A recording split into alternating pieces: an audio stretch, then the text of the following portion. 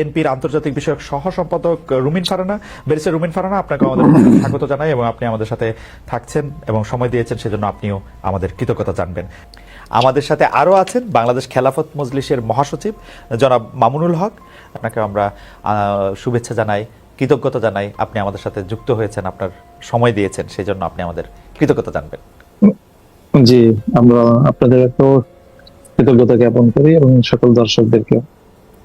আমি একটু জনাব মামুনুল হকের কাছে প্রথমে যেতে চাই আপনার অনুমতি নিয়ে। তো আপনাকে কোট করেই আমরা একটি প্রশ্ন জনাব মামুনুল হককে করতে চাই। আমরা গত 3 মাসে কিন্তু আরো কিছু ঘটনার খবর পেয়েছি যেখানে রাস্তায় চলাচলরত নারীরা আক্রান্ত হয়েছেন, পোশাক নিয়ে নারীদের কটূক্তি করা হয়েছে বা হচ্ছে।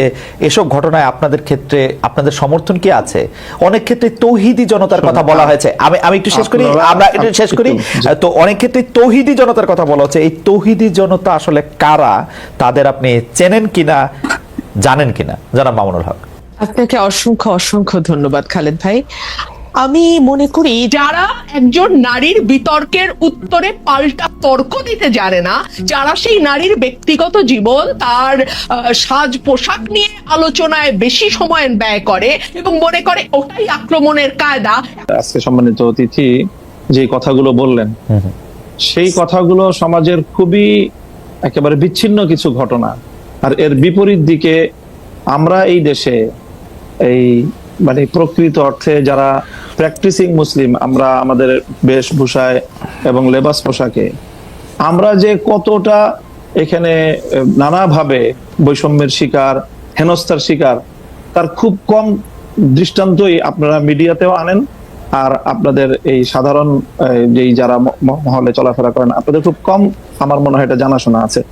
এই যে কালী পূজার যে দৃষ্টান্ত উনি আনলেন, আমি যদি এর বিপরীতে দৃষ্টান্ত আনি যে বাংলাদেশের বুয়েটের মতো একটা শিক্ষা প্রতিষ্ঠানে, সেখানে সব ধরনের গান বাদ্য ইত্যাদির অনুষ্ঠানগুলো দেদারসে হচ্ছে, কখনোই সেখানে এটা নিয়ে কোনো সময় পারমিশনের ক্ষেত্রে কোনো বিধিনিষেধ হচ্ছে না, অথচ তারা একটা কোরআনের তাফসিরের আলোচনা করতে গিয়ে অনুমতি চেয়েছিলেন। রাসূল সাল্লাল্লাহু আলাইহি ওয়াসাল্লামের জীবনী আলোচনার মতো খুব একটা সাধারণ মানের ধর্মীয় অনুষ্ঠান আয়োজন করা পারমিশন চেয়েও বুয়েটের কর্তৃপক্ষের কাছ থেকে সেই অনুমোদনটা পাননি। এটা সকল মিডিয়াতে এসেছে। ঢাকা বিশ্ববিদ্যালয়ের কথা যদি বলি, এই ঢাকা বিশ্ববিদ্যালয়ে আপনারা কত বছর, কত যুগ পর্যন্ত ইসলামের নামে কোনো ছাত্র সংগঠনকে আপনারা একটা প্রোগ্রাম করতে দেয় নাই, অথচ সেখানে অন্য সব ধরনের ছাত্র সংগঠনগুলো তারা কার্যক্রম পরিচালনা করছে। কমিউনিজমের মতাদর্শের যারা, তারা করতে পারবে, অন্যান্য তারা করতে পারবে, শুধু ইসলামী ছাত্র সংগঠনের নাম নেওয়া হলেই ঢাকা বিশ্ববিদ্যালয় তাদেরকে অচ্ছুত হিসেবে সাব্যস্ত করে রাখা হয়েছিল।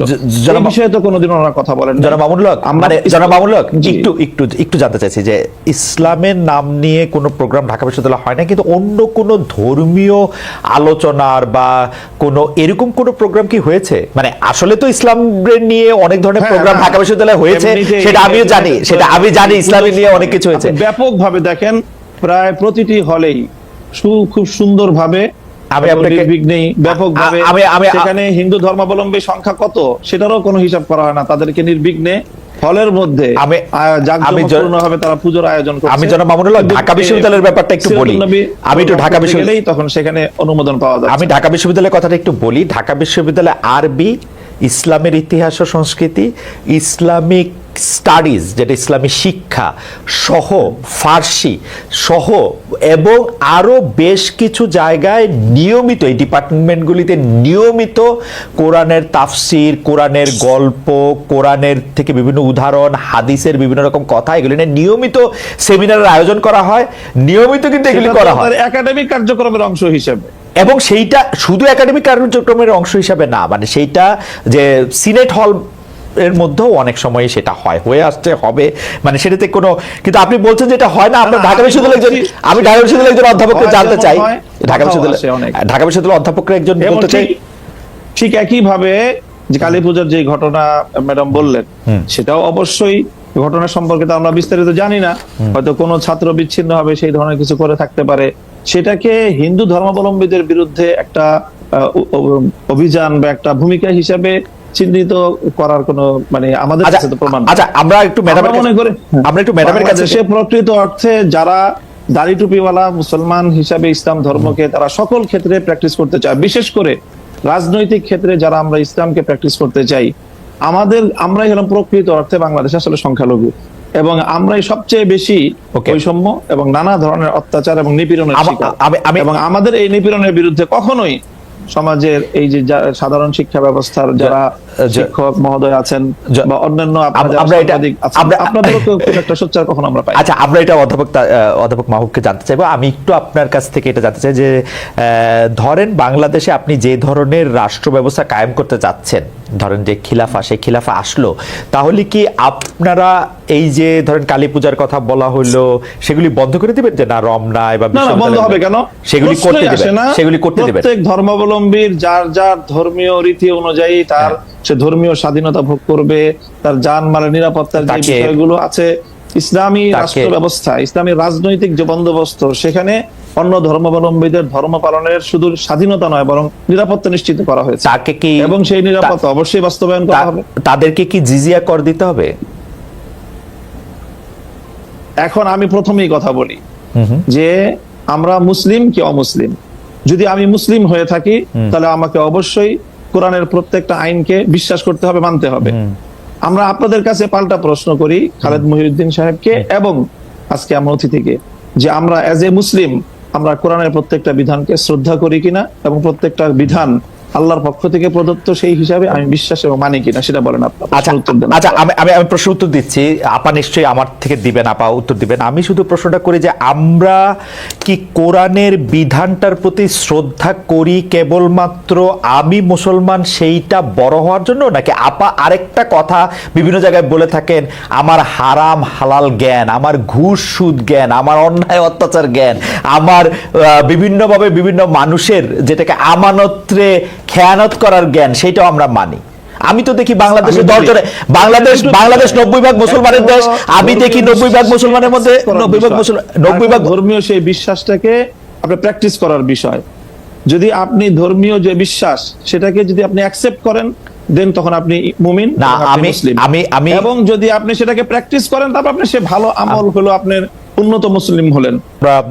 জনাব মামুনুল হকের কাছে প্রশ্ন রেখেছিলাম যে ইসলামের দৃষ্টিতে আসলে কোনটা বেশি গুরুত্বপূর্ণ, বাহ্যিক বাহ্যিকভাবে তার পোশাক আশাকের পাশাপাশি ঘুষ দুর্নীতি সুদকে আমরা আসলে বর্জন করছি কিনা, যেগুলিকে আমরা আসলে ফান্ডামেন্টাল ধরে আসছি, সেটা ক্ষেত্রে আপনার কি মতামত?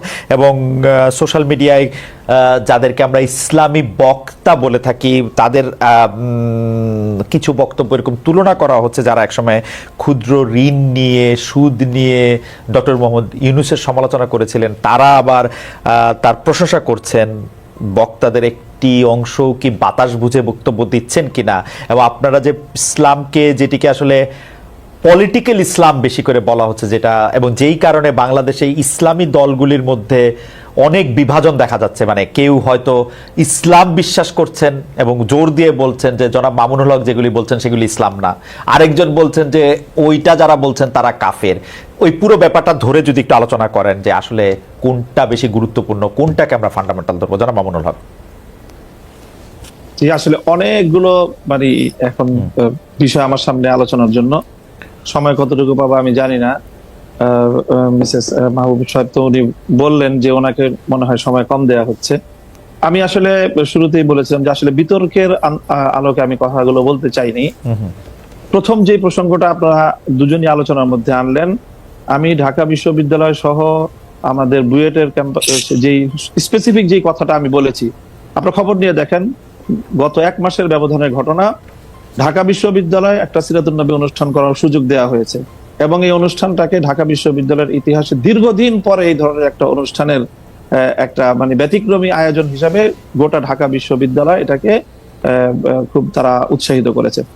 সেম একই ধরনের অনুষ্ঠানের অনুমতি চেয়ে বুয়েটের ছাত্ররা বুয়েটের প্রশাসনের কাছ থেকে অনুমতিটা পায়নি। আপনারা যে দৃষ্টান্তগুলো এনেছেন সেটা হলো একাডেমিক যে ইসলামিক স্টাডিজ বিভাগ আছে, আরবি ভাষা সাহিত্য আছে, উর্দু আছে, ফার্সি আছে, অ্যাজ এ ল্যাঙ্গুয়েজ বা একটা সাবজেক্ট হিসাবে পড়াশোনার বিষয়ে আমি এই জায়গাটা আমার প্রশ্ন ছিল না। আমার প্রশ্ন হলো যে বিগত 50 বছরে ঢাকা বিশ্ববিদ্যালয়ে ইসলামী ছাত্র মজলিস, ইসলামী ছাত্র আন্দোলন, ইসলামী ছাত্র শিবির নামে আপনারা ঢাকা বিশ্ববিদ্যালয়ের ক্যাম্পাসে কোনো কার্যক্রম পরিচালনা করার সুযোগ আপনারা দিয়েছেন, ইসলামী কোনো সংগঠনকে দেওয়া হয় নাই। এই জায়গাটার আমি ইসলামী রাজনৈতিক চর্চার যে সুযোগটা থেকে ইসলামপন্থীদেরকে চরমভাবে বৈষম্যমূলক ভাবে তাদেরকে দমন করা হয়েছে। মামুন ভাই একটা ছোট্ট প্রশ্ন কি করতে পারি, যে ধরেন আপনি যে আমি কথাগুলো শেষ করি। আচ্ছা ঠিক আছে কোনো অসুবিধা নাই।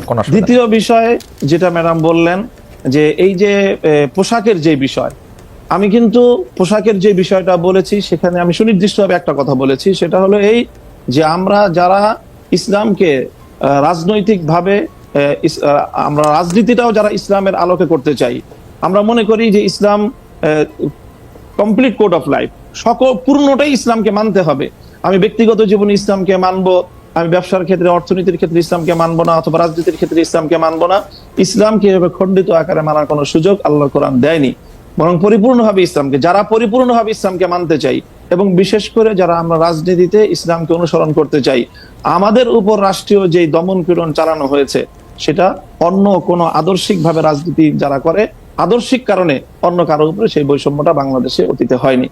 এই জায়গাটার কথা বলেছি। আপনারা বিষয়টা বারবারই আপনারা আলোচ্য বিষয়টা ভিন্ন দিকে নিয়ে না আচ্ছা ঠিক আছে। দ্বিতীয় বিষয় আমি বলি আপনি যে প্রশ্ন করেছেন সেই প্রশ্নের জায়গায় আমি আসি, যে একটা বিষয়ের গুরুত্ব আছে, সবটারই গুরুত্ব রয়েছে। সুদ, ঘুষ, দুর্নীতি সহ যেই সকল বিষয়গুলো ইসলাম নিষিদ্ধ করেছে, এর প্রত্যেকটার বিষয়ে আমরা ফোকাস করি, আমরা আলোচনা করি। হয়তো সবটা আপনারা শুনেন না বা সবটা সেইভাবে মিডিয়ায় কভারেজ পায় না। মিডিয়ায় কভারেজ পায় সাধারণত চলমান ইস্যুগুলো এবং যে বিষয়গুলোকে রাজনীতির সাথে সংশ্লিষ্ট সেই বিষয়গুলো গুরুত্ব পায় বা সেই বিষয়গুলো হয়তো অনেকটা ফোকাস হয়, কিন্তু সবটা বিষয় একই। সর্বশেষ আপনি যে কথাটা এনেছেন, এই যে ক্ষুদ্র ঋণ এবং সুদ ব্যবস্থা এবং ডক্টর ইউনূস সাহেবের সাথে বর্তমান সময়ে তার যে প্রশংসামূলক কিছু কথাবার্তা, দেখেন এখনো আমরা বলি যে সুদ ইসলামের দৃষ্টিতে জঘন্যতম একটা অপরাধ এবং নিষিদ্ধ একটা বিষয়। কাজেই সেটা ক্ষুদ্র হোক আর বৃহৎ আকারে হোক, ক্ষুদ্র ঋণের মাধ্যমে যে কাজটা হয়েছে সেটা হলো সমাজের তৃণমূল পর্যায় পর্যন্ত সুদ ব্যবস্থাটাকে পৌঁছে দেওয়া হয়েছে। সেই জায়গাটা থেকে আমরা অতীতেও সমালোচনা করেছি, আজও ডক্টর ইউনূস সাহেবের সমালোচনা করছি, ভবিষ্যতেও আমরা সেই জায়গা থেকে, ইসলামের জায়গা থেকে, যদি আমি মুসলিম হয়ে থাকি আমাকে সেই সুদ ব্যবস্থার বিরুদ্ধে আমাকে কথা বলতেই হবে। সুদ ব্যবস্থার প্রবর্তক হিসাবে এবং ক্ষুদ্র ঋণের মাধ্যমে সুদকে তৃণমূল পর্যায়ে পর্যন্ত পৌঁছে দেওয়ার জন্য আমরা ডক্টর ইউনূস সাহেবের সমালোচনা ভবিষ্যতেও করব। তবে তিনি একটা জায়গায় ভুল করেন, একটা জায়গায় সমালোচনার পাত্র, তাই বলে ওনার সব কাজই যে সমালোচনার যোগ্য সেটা নয়। তিনি দেশের অন্যান্য ক্ষেত্রে একটা দেশকে সামনের দিকে অগ্রসর করার ক্ষেত্রে এবং দেশের বর্তমান সংকট নেতৃত্ব দিতে পারছেন। আমি একটু প্রশ্নটা করি যে আপনি ইসলাম নিয়ে যারা রাজনীতি করছেন তাদের পরিপূর্ণ রাজনীতি, কিন্তু আপনি ধরে নেন যে আমরা সাধারণ বাংলাদেশের মানুষ আমরা ফলো করতে চাই আপনাদের আলেমদের, কিন্তু আমরা তো স্পষ্ট দেখতে পাচ্ছি যে আপনারা ঈদে মিলাদুন্নবী করবেন কি করবেন না সেটা নিয়ে দুই পক্ষ, তিন পক্ষ, বহু পক্ষ, 100 পক্ষ দাঁড়িয়ে গেছে।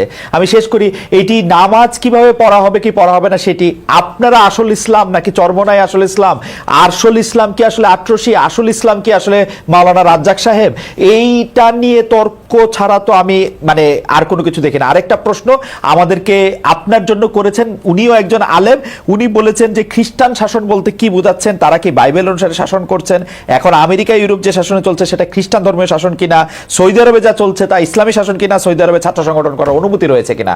আমি আপনার কাছ থেকে একটু খুবই ক্ষমা চেয়ে নিয়ে 2 মিনিটে একটু শেষ করতে বলছি, আমার একটু টাইম কনস্ট্রেইন আছে। প্রথম প্রশ্নটা আবার বলেন তো একটু। প্রথম প্রশ্নটা হচ্ছে যে আপনি পরিপূর্ণ ইসলাম বলছেন কিন্তু সাংঘর্ষিক, এই যে আপনি ঈদে মিলাদুন্নবী সহ যে সকল মতবিরোধপূর্ণ যে বিষয়গুলি আপনি প্রশ্ন তুললেন, দেখেন আমাদের মতবিরোধপূর্ণ বিষয় খুবই গৌণ, মৌলিক কোন বিষয়ে আমাদের মধ্যে ইসলামিক যারা বিভিন্ন স্কুল অফ থট যারা আমরা ফলো করে থাকি আমাদের মধ্যে কোনো দ্বিমত নেই। 5 ওয়াক্ত নামাজ এই বিষয়ে কেউ দ্বিমত করেছে, রমজান মাসে 30টা রোজা রাখতে হবে এই বিষয়ে কেউ দ্বিমত করেছে, প্রত্যেকটা মুসলমানের উপর সামর্থ্য থাকলে একবার হজ করা ফরজ কেউ দ্বিমত করেছে, প্রত্যেকটা যারা নাকি সামর্থ্যবান তাদেরকে যাকাত দিতে হবে এই বিষয়ে দ্বিমত করেছে, এবং ফজরের নামাজ 2 রাকাত, জোহরের নামাজ 4 রাকাত, আসরের নামাজ 4 রাকাত, মাগরিবের নামাজ 3 রাকাত, এশার নামাজ 4 রাকাত, এই বিষয়ে আজ পর্যন্ত কাউকে আপনি দ্বিমত পেয়েছেন? খুবই শাখাগত কিছু বিষয়ে দ্বিমত রয়েছে মুসলমানদের মধ্যে এবং সেই বিষয়গুলো আলোচনার মধ্যে আসে এবং সেটা প্রত্যেকটা মতাদর্শের মধ্যে যখনই আপনি আলোচনা, জ্ঞানগত আলোচনা হবে তখন সেই দ্বিমতগুলি আসবে সেখানে। সেই বিষয়গুলি তো এটার সাথে আপনি এখানে আলোচনার মধ্যে এই প্রসঙ্গগুলি আনার কোনো প্রয়োজন নেই। ওকে, দ্বিতীয় যে প্রশ্ন আপনি করেছেন সেটা হলো যে খ্রিস্টান শাসন বলতে আমি বুঝিয়েছি এখনকার যে শাসন, পশ্চিমা বিশ্বের শাসনকে বলছি 500 বছর ধরে। এর আগ পর্যন্ত আমি যেটা বলেছি যে যে পশ্চিমা বিশ্বের এই সেকুলার রাষ্ট্র ব্যবস্থা বা রাজনৈতিক এই যে গির্জা বিপরীত যে রাষ্ট্র ব্যবস্থা পশ্চিমা বিশ্ব অনুসরণ করছে, এর আগ পর্যন্ত তাদের যে শাসন ব্যবস্থা ছিল সেটা খ্রিস্ট শাসন ব্যবস্থা ছিল। আমি সেখানে বলেছি যে সেই খ্রিস্ট ব্যবস্থায় ব্যাপকভাবে খ্রিস্ট রাষ্ট্রগুলো কর্তৃক ইহুদিরা নিগৃহীত হয়েছে এবং সেই সময়টা ইহুদিরা মুসলমানদের প্রোটেকশনে তারা থেকেছে। ওই জায়গাটা আমি বলেছি।